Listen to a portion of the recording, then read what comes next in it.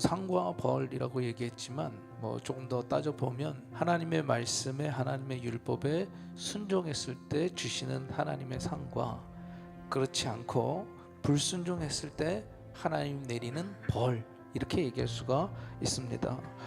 오늘 본문 1절과 2절을 보면 우상 숭배를 하지 말라라고 하는 거, 하나님께서 분명하게 말씀하시는 거예요. 내 말과 내 명령과 내 규례만을 따라라 라고 말씀하시는 거죠. 그래서 3절부터 13절까지 보면 그렇게 계명을 준행할 때에 하나님께서 주시는, 우리가 누리는 그 축복에 대해서 말씀하고 있다라는 거예요. 자, 그러면 하나님께서 순종하는 자에게 주시는 그 축복이 무엇인가 라고 하는 겁니다. 4절부터 5절 읽어보시면 철에 따라 내리는 비를 주시겠다라고 되어 있어요. 이른 비와 늦은 비라고 하는 것이 바로 하나님의 축복이라는 것을 분명하게 알라는 거예요. 평범한 일상, 이게 대단한 축복인가 싶겠지만 그것이 하나님의 축복이라는 거예요. 6절부터 보면 땅에 평안을 주실 거다라고 말씀하고 있어요. 무엇보다도 이 평안이라고 하는 것이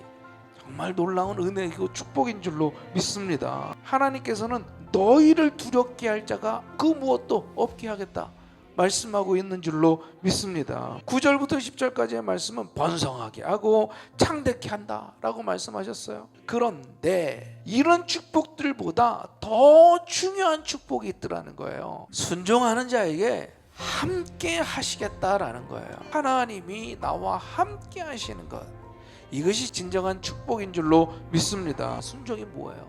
하나님이 나와 함께 하실 수 있는 조건이다 라고 하는 거죠.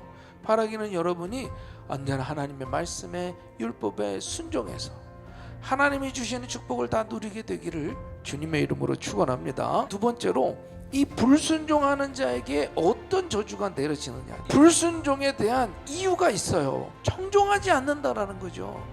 듣기를 싫어요. 잘 듣지 않는다라는 거예요. 잘 듣지 않는 사람은요, 잘 준행하지도 않더라는 거죠.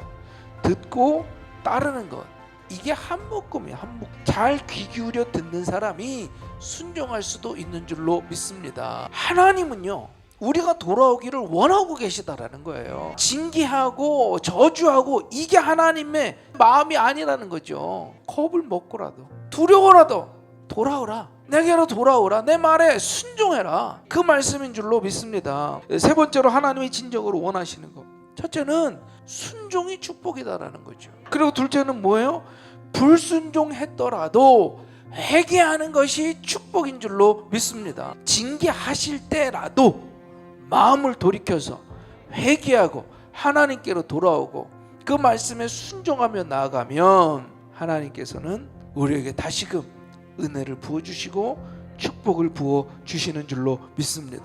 하나님은 징계 중에서라도 하나님의 마음이 우리를 향하고 있음을 깨닫고, 오늘도 또 회개할 것이 있으면 회개하고 오늘도 하나님의 말씀에 순종하며 나아가는 저 여러분이 될 수 있기를 주님의 이름으로 축원합니다.